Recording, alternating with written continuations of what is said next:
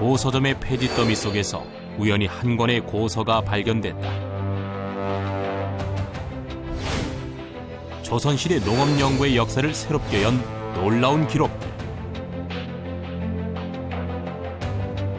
조선의 궁궐을 조감한 그림 동걸도에서 발견된 의문의 건물. 여태까지 연구가 되지 않은 특이한 건물이 궁궐 중앙에 나타나고 있는데요. 이 건물의 정체는 과연 무엇이었을까? 500년 전 조선에서 한겨울에 꽃을 피우는 것은 가능했을까? 궁중에서는 사시사철 꽃소비가 많았지 않나. 월동을 시키고 또 꽃을 피우기 위해서 대전 같은 데 장식을 하기도 하고. 엄동설안의 꽃을 피운 선조들의 지혜가 여기 있다. 현대 온실 이상의 가능성을 보여준 조선시대 온실의 과학. 과연 조선 온실은 실존했던 것일까?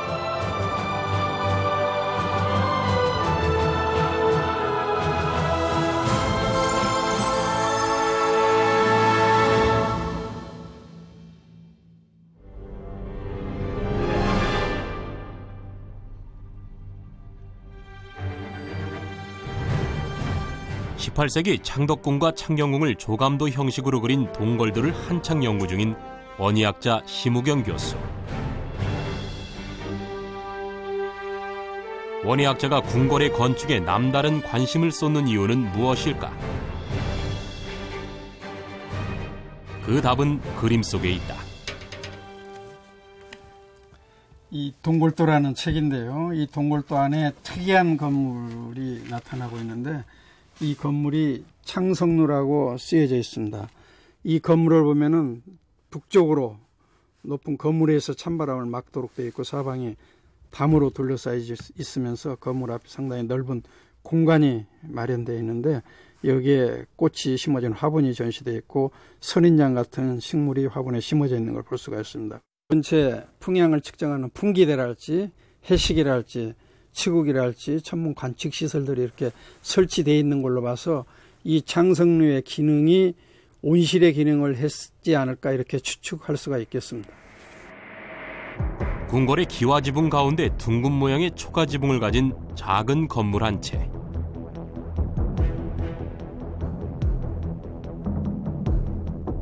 창순루라는 이름을 가진 이 건물의 정체는 무엇일까?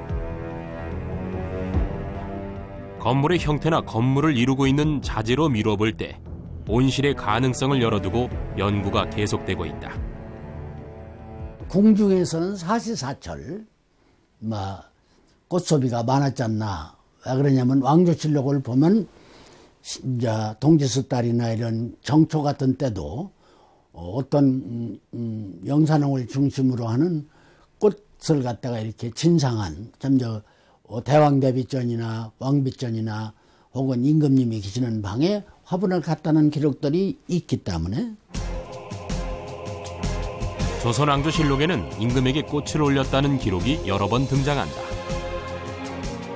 중종 4년 1월 11일 장원서에서 입춘의 절하를 올리니 임금께서 전교하기를 동지 입춘의 절하는 대비전에만 올리라 하였다.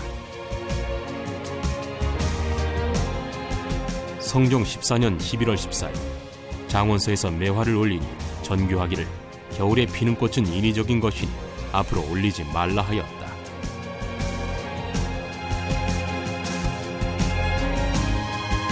세조 6년 11월 12일 척촉화, 어희화, 매화나무, 대나무를 승정원에 내려주었는데 전지하기를 이 꽃이 때 아닌 때 피어서 구경할 만하다 하였다.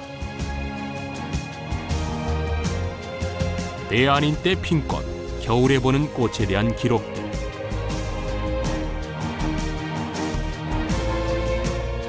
(500년) 전 조선에서 어떻게 한겨울에 꽃을 피울 수 있었을까?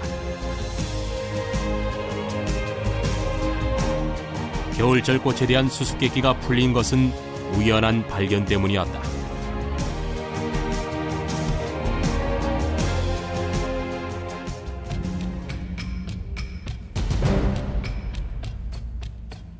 한 고서점의 폐지 더미에서 낡은 고서 한 권이 발견되었다. 표지조차 없었던 이 책은 발견 당시 절반이 훼손된 상태였다. 책 마지막 부분에서 산가 요록이라는 제목을 알 수 있었다. 산가 요록이 어떤 책인지 알아보기 위해 발견 당시 이 책 전문을 해석했던 김영진 박사를 직접 만나봤다. 나무 재배인데 당나무, 종이를 맹그는 원료가 생산되는 당나무 재배, 술빚기가 나오는데 초주, 전시, 장담기, 오이재배법, 소기르기, 돼지기르기. 서민 생활에 필요한 책이라는 뜻을 담은 제목처럼 축산, 임업, 양잠 등 영농에 관한 내용부터 220여 가지 음식 조리법까지 다양한 내용을 담고 있다. 우리나라에서 최초로 맹글은 우리 풍토 중심의 농서는 농사직설이 최초인데 그게 세종께서 명을 내리셔서 편찬한 1429년의 작물, 식량작물 중심의 농서입니다. 그 이후로 종합농서는 산가요록이 1450년에 최초로 맹글은 책입니다. 그런 의미에서 우리나라 종합농서로서 최초로 맹글었다는 게 큰 의미가 있는 책입니다. 농사 직설 역시 우리 풍토에 맞는 농법을 다루고 있지만 곡식류만을 다루는 반면 산가 요록은 우리 생활을 고려한 최초의 종합농서로서 그 의미를 갖고 있다. 이 책은 어떤 이의 손에서 만들어졌을까? 마지막 장에서 저자의 이름을 확인할 수 있었다. 전순의라는 분이 산가요록을 엮었다. 그 책을 최유빈이라는 사람이 베꼈다. 이렇게 되어 있습니다. 농법부터 요리법까지 다양한 분야의 내용을 상세히 기록해 놓은 전순의는 과연 어떤 인물일까? 먼저 조선왕조실록에서 전순의라는 이름이 언급되고 있는지 찾아보기로 했다. 전순의는 조선왕조실록에서 수십 차례 언급되고 있다. 그 내용은 주로 임금의 병세와 관련한 것들로 내의로 일했다는 기록을 볼 수 있다.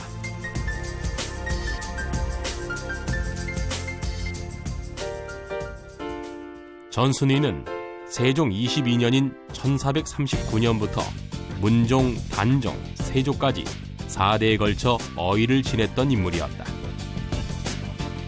전순의의 가장 큰 업적 중 하나는 세종 28년인 1445년에 왕명을 받아 의방유취라는 의서를 편찬한 것이다. 의방유취는 모든 병을 분류하고 그 처방전까지 집대성에 기술한 동양 최대의 의학사전이다. 저자는 세종, 문종, 단종, 세조 때 내 임금을 모신 궁중의 의사인 전순의라는 분이 지은 책입니다. 궁중의 의사였기 때문에 임금님을 모시는, 임금님이 잡수는 식단을 생각해서 기록한 것이기 때문에 아마 식품에 대해서 이렇게 주의 깊게 여러 가지 식품을 맹글도록 이제 맹그는 방법을 기록한 것이 아닌가 그렇게 생각합니다. 그런데 산가 요록에서 눈길을 끄는 대목이 있었다. 겨울철 채소 가꾸기에 관한 내용으로 놀랍게도 온실을 짓는 방법을 매우 구체적으로 소개하고 있다. 동절양채라고 했는데 겨울철에 채소를 재배하는 방법을 기록한 내용입니다. 삼면축패라고 하는 것은 동쪽, 서쪽, 북쪽은 전부 두껍게 담으로 싸서 가리라는 뜻입니다. 조돌, 물령, 연생, 구두를 맹글되 연기가 새 나오지 않도록 해야 된다. 기록에 따르면 온실을 짓기 위해서 먼저 삼면 축폐, 즉 삼면의 벽을 쌓아야 한다. 바닥은 구들로 만들되 구들 사이로 연기가 새어나오지 않도록 하고 구들 위에 한 자 반, 약 45cm 정도의 흙을 쌓는다. 그 다음으로 남면 개작 전창, 남쪽에는 살창을 내는데 그 창에는 기름을 바른 종이를 쓰도록 하고 있다. 온실의 난방 구조를 살펴보면 먼저 아궁이에선 뗀 불로 구들을 데우는 한편 그 아궁이 솥에서는 물을 끓여 수증기가 온실로 이어진 관을 통해 온실까지 유입되는 구조를 갖고 있다.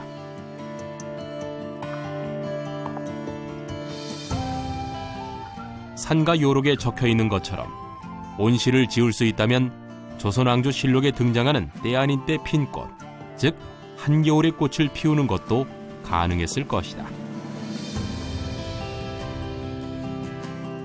실제로 산과 요록의 기록에 의거해 온실을 짓게 되면 광선, 온도, 습도를 조절해 각종 식물을 자유롭게 재배할 수 있는 온실로서의 기능을 제대로 발휘할 수 있을까?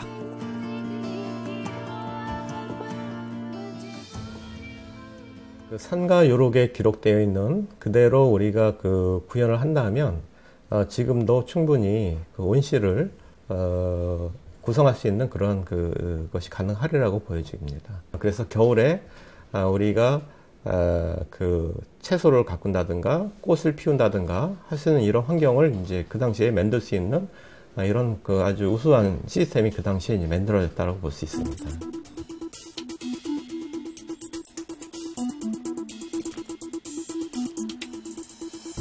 산과 요록의 동절양체 항목에 나와 있는 온실 난방 시스템의 가능성을 알아보기 위해 농업기술센터를 찾았다. 이곳에는 실제로 산과 요록에 기록된 온실의 난방 구조를 그대로 구현해 놓고 있다. 세종시대의 농법을 재현하는 과정에서 산과 요록의 온실을 짓게 되었다.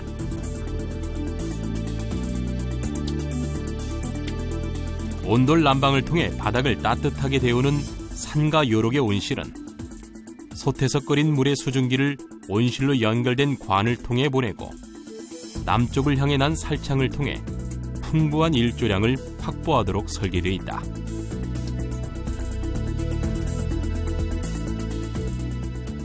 조선 과학영농온실은 목적이 뭐냐면 겨울철에 채소를 가꿔서 먹는 방식으로서 동절양채라고 하는 그런 목적이 있어요. 그래서 겨울철에 채소를 재배해서 공급하는 그런 시스템으로 개발된 것이에요.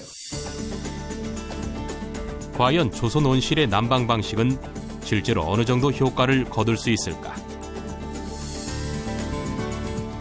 온실 바깥의 기온은 영하 5도, 땅속 온도는 0도로 나타났다. 식물이 자랄 수 없는 일반적인 한겨울 날씨다. 대기 온도는 햇빛에 따라서 변화폭이 심하지만 지표의 온도는 변화폭이 적습니다. 그래서 지금 현재의 지표의 온도는 0도입니다. 불을 떼지 않은 온실의 내부 온도는 영상 6도. 바깥 기온과 11도가량 차이가 난다. 온실 내부의 땅은 영상 1도로 바깥의 땅과 1도 정도 차이를 보이고 있다.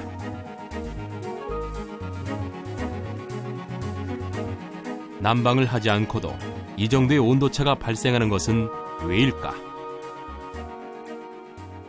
외기 온도가 아주 춥더라 하더라도 햇볕만 나면 지금 이 살창 가지고 난방하지 않은 상태에서 실내 온도가 지금 6도 이상 이렇게 올라가는 것을 볼 수 있습니다. 그래서 낮에 자연광, 채광만 가지고서도 밤에는 거적이나 이런 걸 덮어서 보온을 잘하고 보조 난방을 한다면 식물이 자라는 데는 큰 문제 없이 엄동설안에서도 채소를 가꿀 수 있다라고 생각합니다.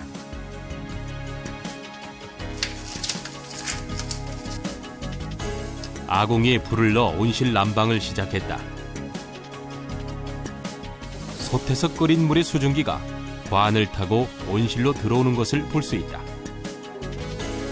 더운 김이 온실 내부를 금세 가득 채우기 시작한다.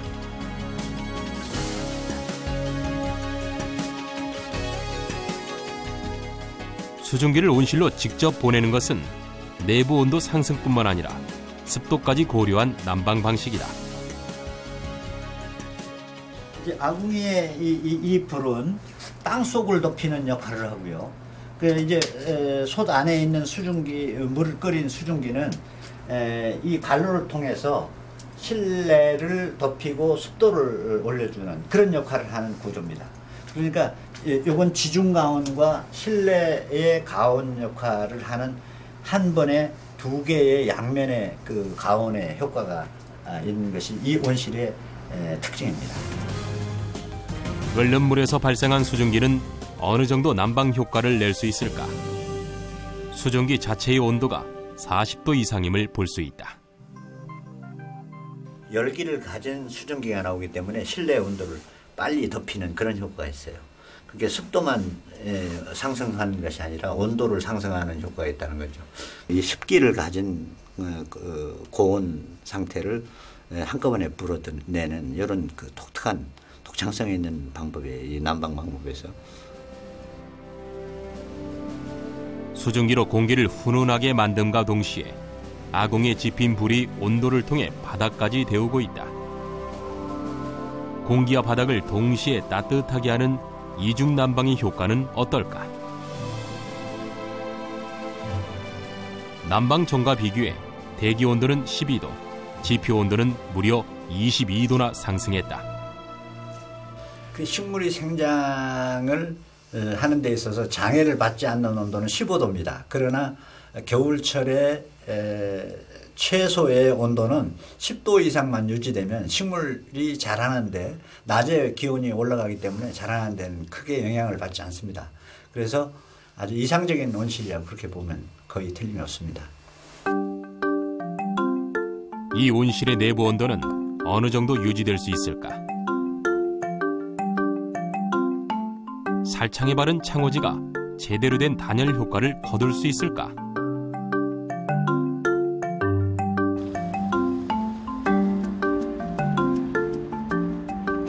창호지의 보온성을 알아보기로 했다. 열관유율 측정 장치를 이용해 현대 온실에서 흔히 사용하는 비닐과 유리 그리고 창호지로 사용하는 한지의 단열 효과를 알아볼 수 있다. 열관유율은 곧 열통과율로 건축에 사용되는 자재의 단열 성능을 보여준다.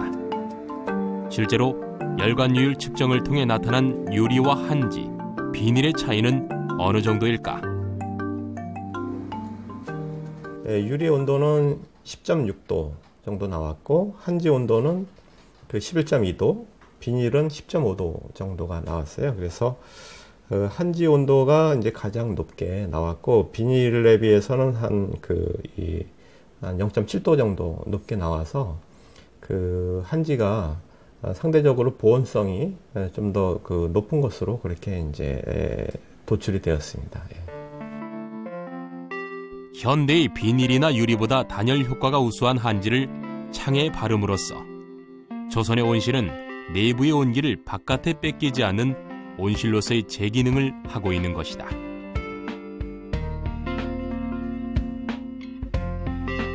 이렇듯 산과 유록에 기록된 난방 구조는 실제로 구현 가능한 온실이라는 것을 알 수 있다.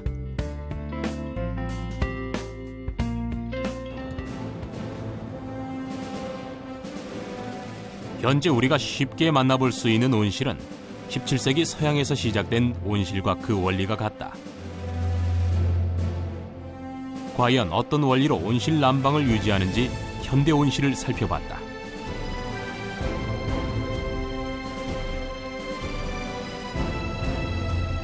실내 온도를 일정하게 유지해서 식물이 생장하기에 적절한 환경을 만들어주는 온실.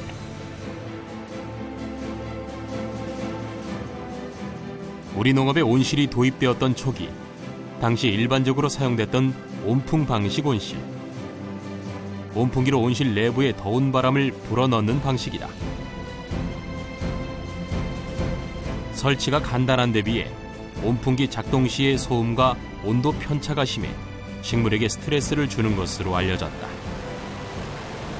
온풍 난방기는 직접 이제 온도를 올려서 가온을 하기 때문에 빨리 온도를 높일 수가 있고, 또 한 가지는 설비가 간단하기 때문에 비용이 훨씬 적게 듭니다.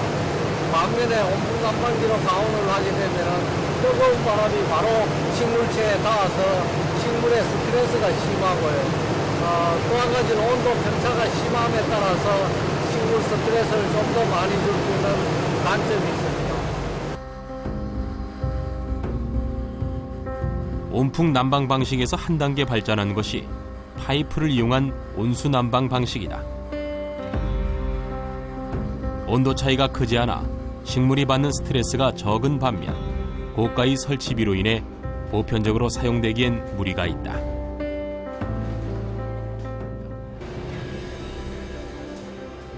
온수 난방 온실은 실내 지상부의 기온만 높이는 방식의 한계가 지적되고 있다. 지상부의 온도를 상승시켜도 식물의 뿌리 부분은 온도가 낮기 때문에 작물의 생산에 영향을 미치게 된다.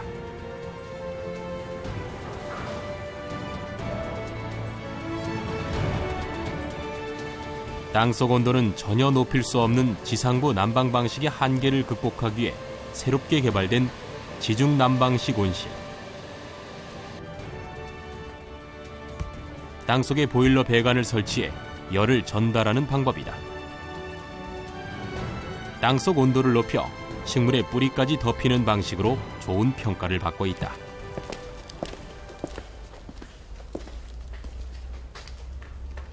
지중 난방 방식은 바로 이와 같은 것인데요.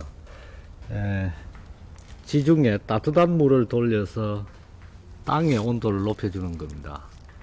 그래서 이 방식은 1980년대 이후에 우리나라에 많이 보급이 됐고요. 현재도 이와 같은 딸기 재배 농가에 많이 이용을 하고 있습니다. 표면 위에 올라있는 벤치를 설치를 해서 수경 재배할 경우에는 낮이나 밤 동안에는 기온이나 지온이나 똑같이 되기 때문에 뿌리의 온도가 낮아져 가지고 식물이 잘 생육을 못하는 문제가 생깁니다. 따라서 이와 같이 지중 난방을 함으로써 온도를 5도 정도 높여주고 관리하면 식물이 잘 자라게 됩니다. 이와 같은 지중 난방 방식은 600년 전에 조선 온실에서도 그대로 적용됐다고 보여집니다. 아마도 그때 당시에도 이와 같은 식물의 생리를 잘 알고 적용을 했는 것 같습니다. 땅속에 보일러 배관을 설치하는 방식은 산과 요록에 기록된 온돌 난방 온실과 같은 원리를 갖고 있다. 땅의 온도를 높임으로써 작물 성장을 위한 최적의 조건이 완성되는 것이다. 21세기 과학기술이 시행착오를 통해 찾아낸 첨단 온실의 난방 원리가 이미 500년 전 조선의 온실에서 시작됐던 것이다.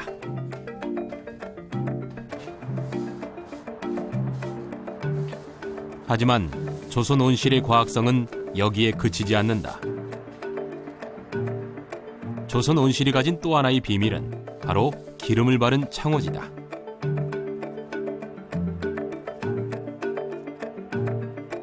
산과 요록에 의하면 도지유지, 즉 살창에는 기름을 먹인 창호지를 바르도록 돼 있다. 기름을 바른 창호지와 바르지 않은 창호지는 어떤 차이를 갖고 있는지 비교해 보기로 했다.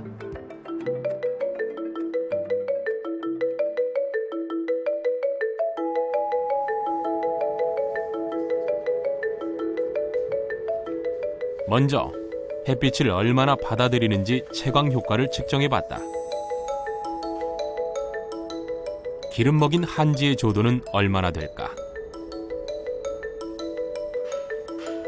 기름 먹인 한지를 바른 창을 햇빛이 잘 든 곳에 세운 다음 기름 먹인 한지를 투과한 햇빛의 양을 측정해 보았다. 한지에 기름을 발랐을 때 어느 정도의 조도가 나올까?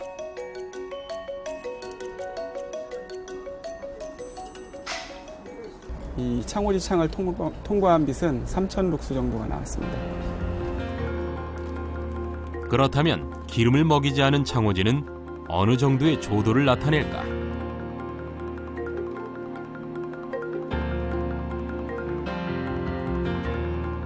(1,700룩스) 정도 나왔습니다. 기름 먹인 창호지가 일반 창호지보다 1,300룩스가 높은 3,000룩스의 조도를 나타낸 것이다.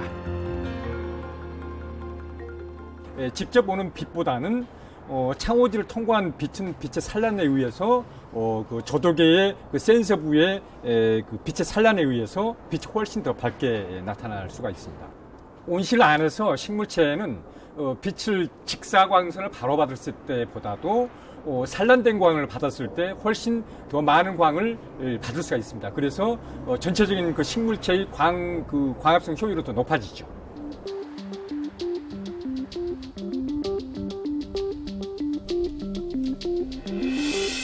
빛의 투과성을 알아보기 위해 기름 먹인 한지와 일반 한지의 조직 구조를 살펴봤다. 일반 한지의 조직 구조는 어떤 특징을 갖고 있을까?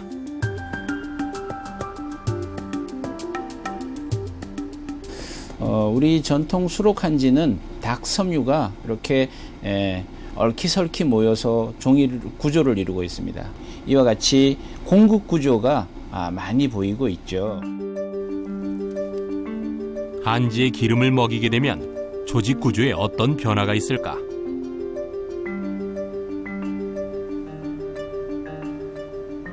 이 한지는 그 기름을 먹인 한지가 되겠고요. 기름을 먹이지 않은 한지에 비해서 이와 같이 공급 구조가 기름으로 이렇게 막혀 있는 것을 알 수가 있고요. 이렇게 막혀 있기 때문에 물이 스며드는 것을 방지할 수도 있고요. 한지는 공급 구조, 즉 조직 사이에 빈틈을 가지고 있는데 일반 한지는 공급 구조에서 빛의 산란이 이루어지는 반면 기름 먹인 한지는 공급 구조를 기름이 막고 있기 때문에 빛의 투과량이 늘어나게 된다. 한지는 다공성의 조직 구조를 갖고 있고요. 이러한 다공성 구조 속에는 공기가 채워져 있고요.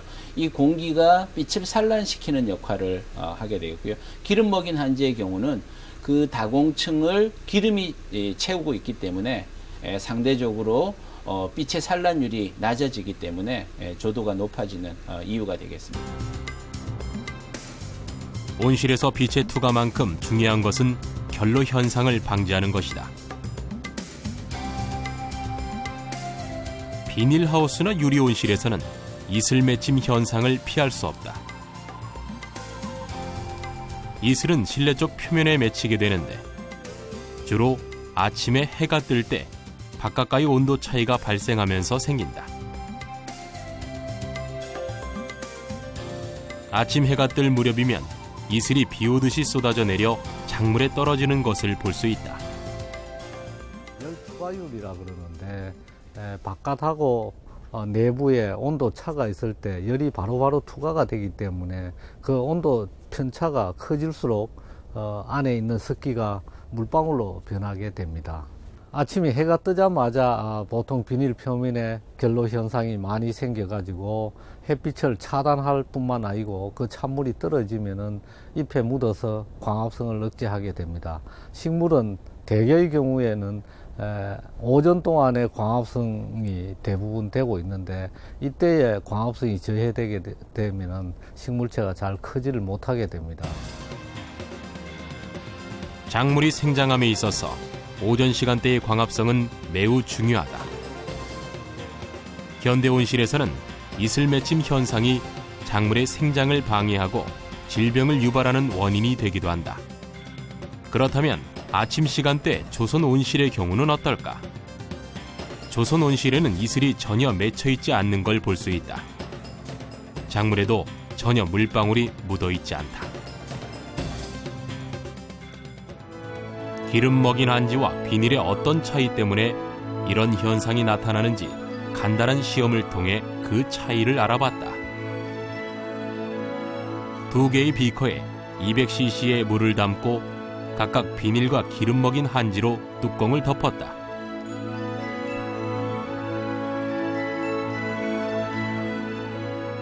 비커 속의 물을 가열하기 시작한 지 20분 만에 기름 먹인 한지와 비닐 뚜껑에 변화가 일어났다. 비닐 뚜껑이 팽창해 부풀어 올라 있다. 기름 먹인 한지로 덮은 비커는 부풀어 오르지 않는 것을 볼 수 있다. 비닐을 덮은 비커의 물은 거의 그대로 남아있는 반면 기름 먹인 한지로 덮은 비커는 눈에 띄게 줄어들었다. 비닐과 기름종의 통기성을 직접 시험해봤다. 투기도 측정장치에 비닐을 넣고 윗면에서 아랫면으로 일정량의 공기가 통과하는 시간을 측정했다. 비닐의 경우 45,000초로 공기가 전혀 통과하지 못한다는 결과가 나왔다.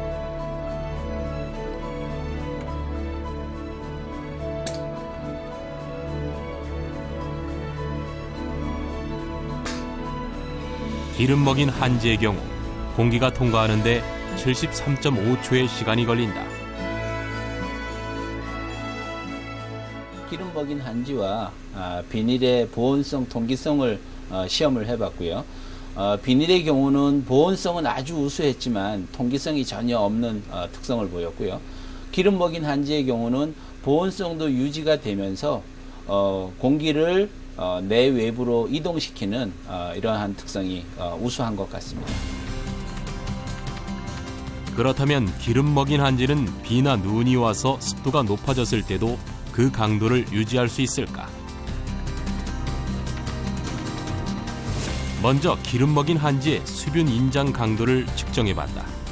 기름 먹인 한지와 일반 한지를 물에 적셨을 때 그 강도는 어떤 차이를 보이게 될까?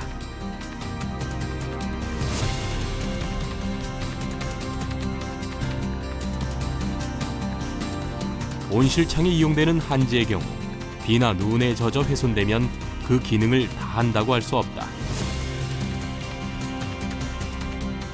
하지만 기름 먹인 한지는 물에 적신 후에 강도가 유지된다는 결과를 볼 수 있다. 기름을 먹인 한지 같은 경우는 물을 묻혔을 때 인장 강도의 변화가 거의 없었지만 그렇지 않은 한지의 경우에는 물을 묻혔을 때 매우 낮은 강도를 나타냈습니다.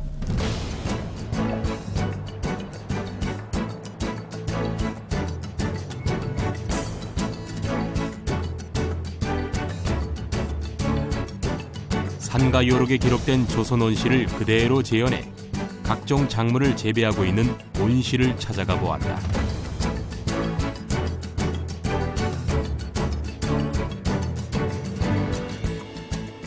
남쪽으로 난 살창은 기름 먹인 한지를 발라 한낮의 햇빛을 듬뿍 받고 있다.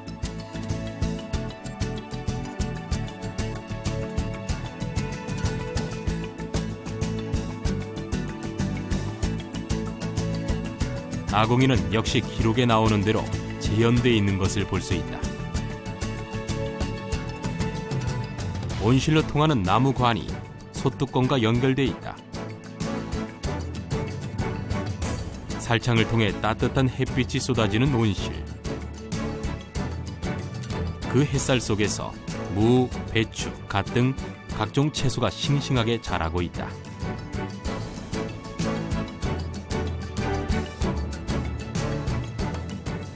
이 과학영농 온실을 이용해서 그때 시대에 이런 채소를 충분히 가꿨다고 하는 것을 이제 실증적으로 보여주는 것입니다.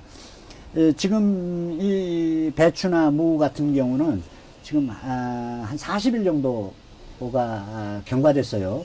그래서 한겨울에 밤에만 난방하면 충분히 이렇게 이 채소나 즉 배추나 무도 재배를 해서 수확해서 충분히 먹을 수 있는 이런 그 실증적인 그 과정을 보여주는 것입니다. 실제 가능한 그 온실이었다. 이 방법대로 지금 그대로 재현해서 지은 온실 안에서 이렇게 배추가 잘 자라고 무가 자라는 것을 볼 수 있습니다. 충분한 일조량을 확보해 난방 효과를 더하는 한편 기름 바른 한지를 통해 숨쉬는 온실이 만들어졌다. 더운 김이 은은하게 온실 내부로 퍼져 땅속과 땅 위가 고른 난방 효과를 거두고 있어 식물을 재배하기에 좋은 조건을 갖추고 있는 것이다.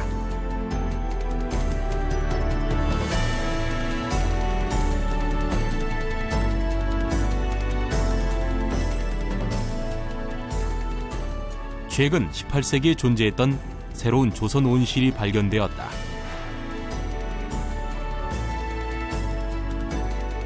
동걸도라는 그림에 그 비밀이 있다.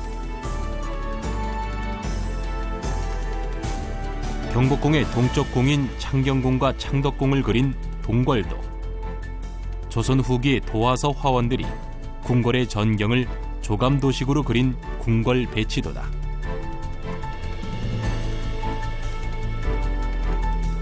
궁궐의 건축물뿐만 아니라 궁궐에서 길렀던 새나 화분, 장독시설까지 세밀하게 묘사하고 있어 당시 궁궐 연구에 흥미로운 자료가 되고 있다. 동걸도를 살펴보면 아주 특이한 형태의 건물을 발견할 수 있다. 그 건물 앞에는 화분에 심은 꽃이 가득하다.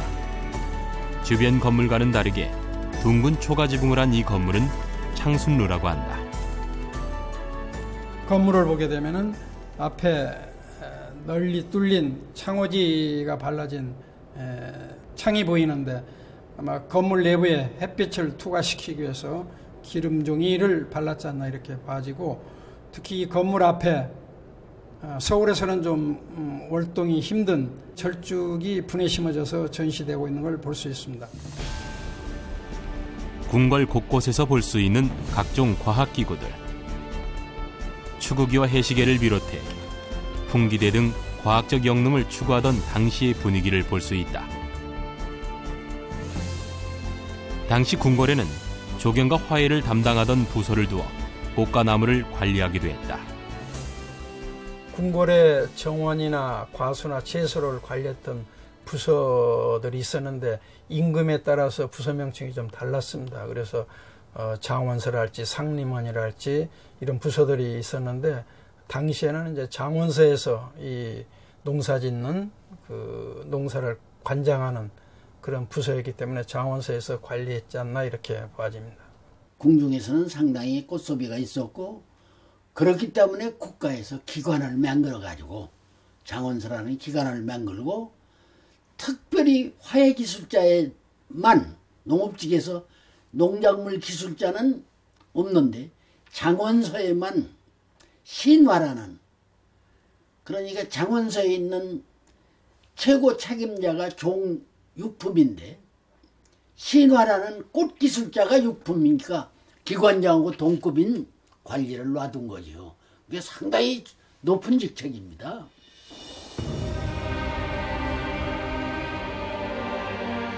이곳에 18세기 조선 온실로 추정되는 창순루가 복원돼 있다. 이 온실 역시 산과 요록에 기록된 온돌 난방과 기름 먹인 한지를 바른 창을 활용한 온실이다.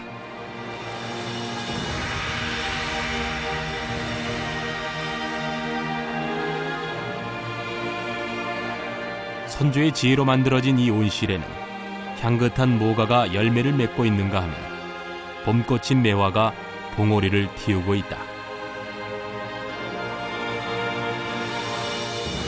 500년 전 우리 선조들은 한겨울에 이렇게 꽃을 피웠던 것이다. 우리가 흔히 최초의 온실은 하이델베르크의 온실이라고 생각을 하고 있습니다. 그러나 우리 조상님들이 170년 앞서서 이 온실들을 만들었고요. 이런 온실을 만든 것은 순전히 우리 조상님들의 지혜와 과학적인 사고의 덕분 아닌가, 그런 생각을 합니다. 이런 혁신적인 창의성과 그리고 과학적 지혜를 오늘날 우리가 보고 배워서 더욱더 우리 과학 문명과 그리고 우리의 과학적인 삶을 이어나갈 수 있도록 하는데 의미를 두고 있다고 볼 수 있습니다. 이 같은 온실이 탄생하게 된 것은 세종의 적극적인 친농 정책과 과학 영농에 대한 탐구가 있었기 때문이다. 농사에 필요한 실용적인 과학기구를 개발하고 친히 후원해서 밭을 일굴 정도로 영농에 대한 다양한 시도를 거듭했다. 그런 노력이 여러 분야의 결실로 나타날 수 있었던 것이다.